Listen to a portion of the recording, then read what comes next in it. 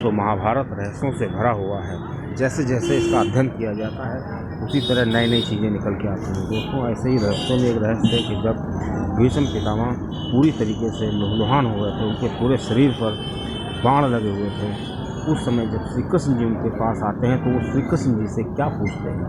दोस्तों, ऐसी ही रोचक जानकारी के लिए आप मेरे सिग्नम टिप्स चैनल को सब्सक्राइब कर सकते हैं, वीडियो को शेयर कर सकते हैं। दोस्तों, हुआ यूँ था कि जब भीष्म पितामह की मृत्यु हुई, जब अर्जुन ने उनको लहूलुहान कर दिया, अब वो मृत्युशैया पर पड़े हुए हैं। ऐसे में जब श्री कृष्ण जी उनके पास आते हैं तो श्री भीष्म जी उनसे पूछते हैं कि हे पृथ्वी के नाथ, आप मेरे एक प्रश्न का जवाब दीजिए।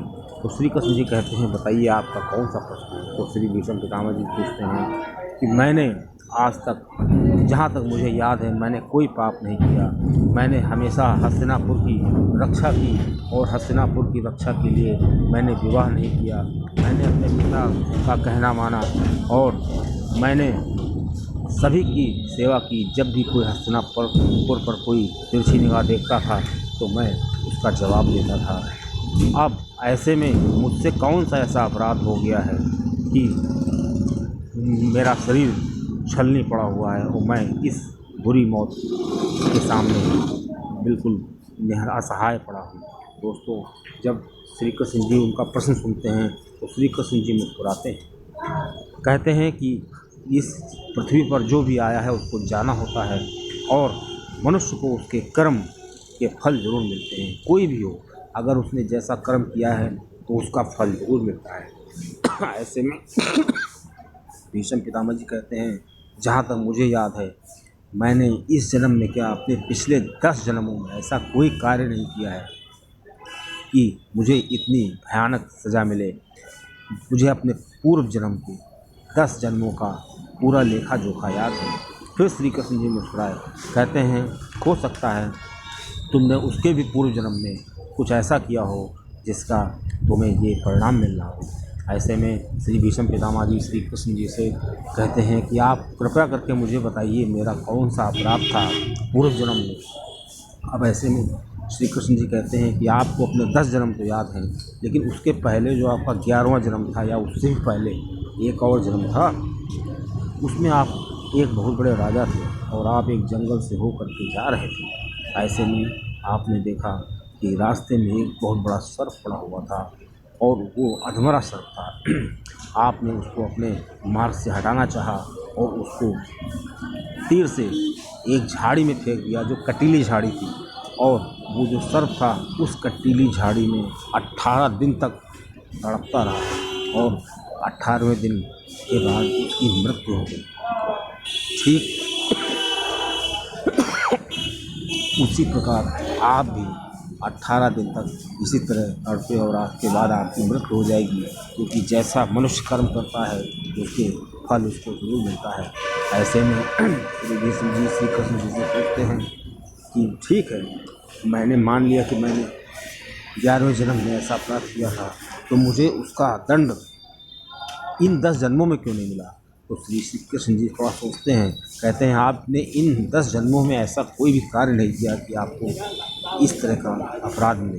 तो श्री भीष्म पितामह जी कहते हैं कि मैंने इस जन्म में ऐसा कौन सा अपराध कर दिया कि मुझे अपने पूर्व 11वें जन्म का जो दुख है वो कर्म का फल भोगना पड़ रहा है। ऐसे में श्री कृष्ण जी कहते हैं, आपने अनजाने में एक नहीं, 2 नहीं, कई ऐसे अपराध कर दिए हैं। ऐसे में श्री भीष्म जी कहते हैं श्री कृष्ण जी से कि मुझे आप मेरे कर्म बताइए, मैंने ऐसा कौन सा कर्म किया है। तब श्री कृष्ण जी कहते हैं, पहला सबसे बड़ा अपराध तो ये था कि आप जानते थे कि दुर्योधन अधर्मी है, तो उसके बाद भी आप उसका पक्ष ले रहे हैं, और कर्म के फल के अनुसार अगर किसी अधर्मी का पक्ष लिया जाए तो उससे वही सज़ा मिलती है जो अधर्म करने वाले को मिलती है।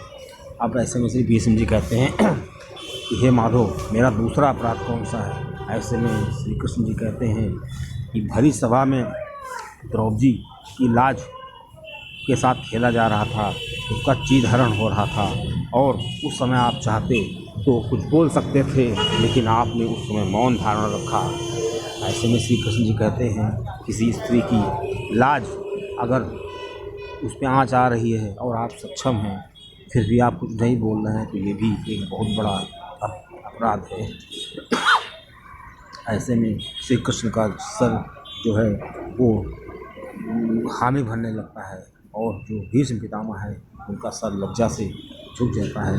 ऐसे में श्री कृष्ण जी श्री भीष्म जी को और भी चीज़ें समझाते हैं। दोस्तों, आपको ये जानकारी कैसे लगी, आप हमको कमेंट करके बताइए कि क्या श्री भीष्म जी को इस तरह का दंड मिलना चाहिए था कि और इससे ज़्यादा बुरा दंड मिलना चाहिए था, या आपकी नज़र में भीष्म जी ने इस जन्म में और कौन सा ऐसा अपराध किया था जिसके लिए उनको इस तरह का दंड मिलना चाहिए था। दोस्तों, आपको जानकारी के लिए बता दें कि श्री भीष्म जी उस समय मरना नहीं चाहते थे, क्योंकि सूर्य दक्षिणायन में था और दक्षिणायन में होता है तो मरने से व्यक्ति को स्वर्ग की प्राप्ति नहीं होती है। इसलिए श्री भीष्म जी चाहते थे कि उत्तरायण में की मृत्यु हो, इसलिए वो 18 दिन तक इंतजार करते रहे और जब उत्तरायण हुआ तब उसके बाद उनको स्वर्ग की प्राप्ति हुई। दोस्तों, अब प्रश्न उठता है कि जब वो मरना नहीं चाहते थे तो उनको जीवित क्यों नहीं रखा गया। दोस्तों, अगर जीवित रखा जाता उनको तो वो दुर्योधन की तरफ से लड़ते, और अगर वो न लड़ते तो दुर्योधन उनका जीना हराम कर देता कि आप मेरी तरफ से नहीं लड़ क्यों रहे हैं। और अगर वो लड़ते तो पांडवों की आधी सेना खत्म हो जाती। इसलिए दोस्तों